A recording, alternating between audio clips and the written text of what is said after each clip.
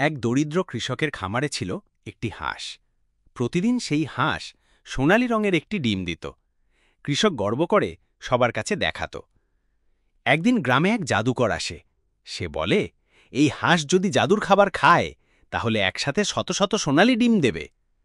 লোভে পড়ে কৃষক হাঁসটিকে জাদুর খাবার খাওয়ায়। পরের দিন সকালেই অবিশ্বাস্য ঘটনা, পুরো খামার ভরে গেছে চকচকে সোনালি ডিমে। গ্রামের সবাই দেখতে আসে, ছবি তোলে, হাসাহাসি করে। কিন্তু সমস্যা শুরু হয়। ডিম ফুটে ভেতর থেকে সোনালি হাঁসের বাচ্চা বেরোতে থাকে, এত বেশি যে পুরো গ্রাম, রাস্তা, বাজার সব জায়গা সোনালি হাঁসের দৌড়ঝাঁপ। শেষে উদ্ধারকারী দল এসে হাঁসটিকে নিয়ে যায় এবং ওষুধ দিয়ে সুস্থ করে। কৃষক ফাঁকা খামারে বসে হাঁসটির জন্য কাঁদে আর বলে, আমার এই দুঃখের সময়ও কেউ লাইক আর সাবস্ক্রাইব করনি।